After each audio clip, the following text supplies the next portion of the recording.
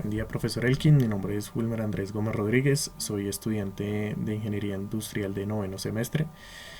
A continuación le voy a hacer la sustentación del proyecto presentado en el aula virtual, considerando pues los dos últimos temas vistos bueno, los que tocaba desarrollar en esta última parte, que es la ley de Ohm y los circuitos resistivos y análisis y caracterización de un circuito RC. Bueno, profesor, de acuerdo pues a sus instrucciones, aquí está, en este slide está mi nombre, mi ID, para que le quede más fácil la calificación. Y bueno, entonces a continuación me dispongo a presentarle qué fue lo que se hizo. Este fue el trabajo que se subió a través del aula virtual. Inicialmente pues se respondieron unas preguntas introductorias en las cuales encontramos cómo es la relación de voltaje-corriente. La relación voltaje-corriente son linealmente proporcionales. Si el valor total del circuito se duplica, ¿qué pasará con la corriente? Pues al ser estos dos o llevar llevan una relación directamente proporcional, si el voltaje aumenta, la corriente también lo hará. Tercera pregunta, ¿qué representa la pendiente del gráfico voltaje versus corriente? La pendiente del gráfico B versus I representa la resistencia, debido a que son inversamente proporcional al voltaje, y si aumenta el voltaje disminuye la resistencia. Indique cuál es la diferencia entre resistividad y resistencia eléctrica. La resistencia es la propiedad de la sustancia debido a la cual se opone el flujo de electrones. Está dado por la ecuación de resistencia igual a resistividad del material multiplicado por la longitud sobre el área. Y la resistividad se define como la resistencia del material que tiene dimensiones específicas. Esto está dado por la ecuación resistividad del material igual a la resistencia por el área sobre la longitud.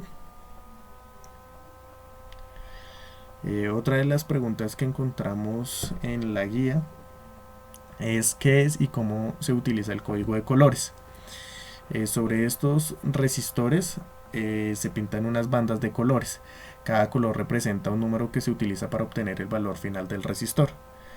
Las dos primeras bandas o líneas indican las cifras del valor del resistor.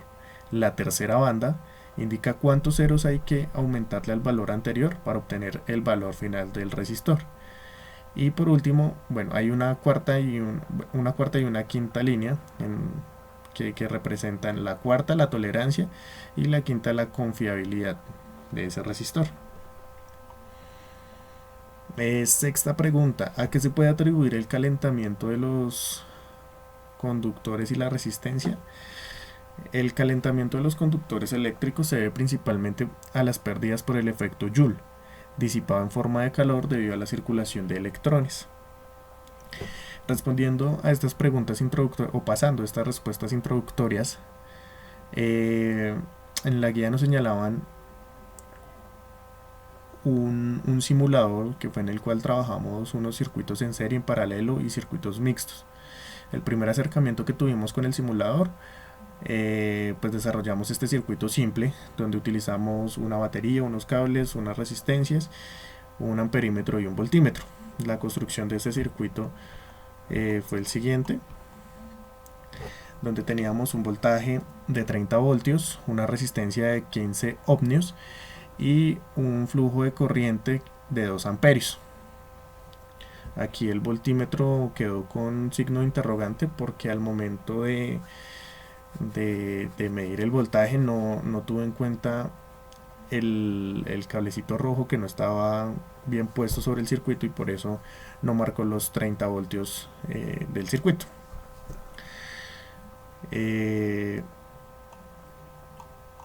Luego de ello realizamos o colocamos otra batería sobre el circuito dejándolo en 60 voltios, como lo muestra ahora si bien el voltaje, con la misma resistencia y pues lo que incrementaba el flujo de corriente a 4 amperios, teniendo en cuenta que pues llevan una relación directamente proporcional. En el circuito se fueron agregando varias baterías, cada una de 30 voltios, hasta alcanzar en el circuito 6 baterías, lo que nos daba un voltaje de 180 en el circuito con una resistencia de 15 ohmios, lo que nos daba un flujo de corriente de 12 amperios. Esta información se consignó en la siguiente tabla. Vuelvo y le repito, la relación que hay entre voltaje y corriente son directamente proporcional y pues aquí nos damos cuenta de ello, donde inicialmente teníamos un voltaje de 30 con una corriente de 2 amperios, luego de 60 voltios y que correspondía a 4 amperios y así sucesivamente.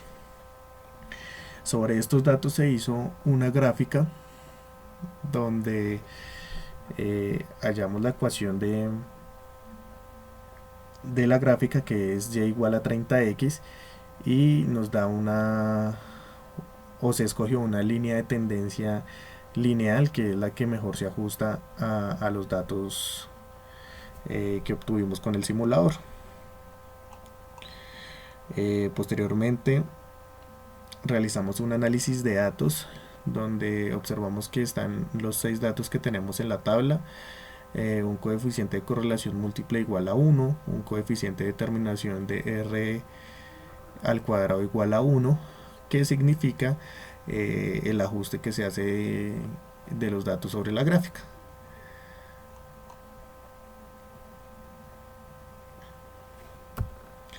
La actividad 3.2 se desarrolló sobre circuitos en serie y en paralelo.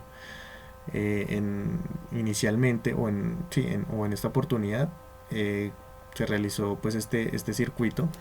Este es en serie. Posteriormente vamos a ver el paralelo, pero para este caso construimos pues este circuito.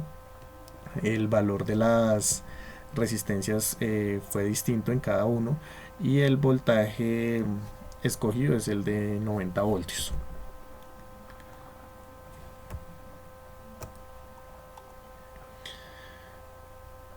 Los datos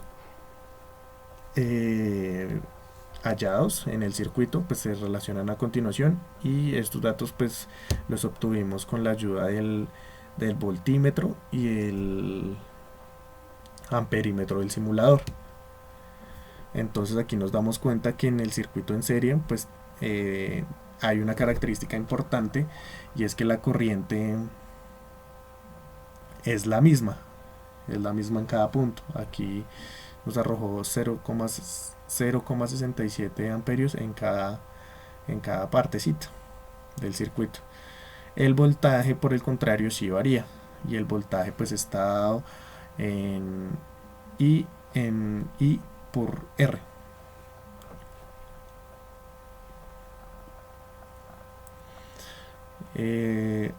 Estos datos que están consignados en esta tabla los hallamos manualmente, a excepción de la resistencia. La resistencia si las tomamos del simulador.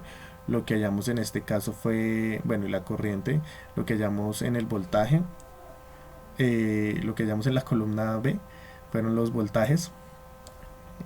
Aquí sí hay una diferencia en comparación a la tabla anterior, porque si nos damos cuenta aquí nos da 89,99, que es el valor que registra en el simulador. Aquí nos da 89,9, ¿sí? Y digamos que los datos hallados manualmente nos arrojó 90,45 voltios, es decir, hay una diferencia de 0,46 voltios en comparación de unos datos sobre los otros datos, o sea, sobre los cálculos manuales versus los cálculos del simulador.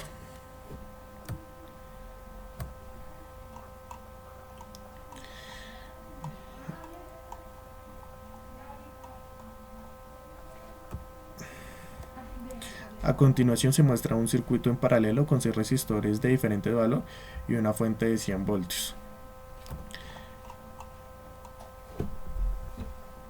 El circuito construido es este, donde nos damos cuenta de los 100 voltios de la batería, las resistencias ubicadas paralelamente. Y bueno, aquí hicimos también o construimos una tabla donde colocamos los valores del simulador. Acá los datos arrojados fueron los siguientes, y en esta diferencia del circuito en paralelo lo que cambia es el voltaje. Aquí el voltaje siempre es el mismo, ¿sí? Y la corriente es la que varía en cada resistor. Posteriormente hicimos los cálculos manualmente, donde nos dieron exactamente los mismos datos al simulador, lo que corrobora que pues la información está bien. La actividad 3.3 consta de circuitos mixtos. Se construye un circuito mixto en el que el voltaje permanece constante. Se coloca solo una batería de 40 voltios con 5 resistencias. El circuito es el siguiente, como se aprecia en la imagen.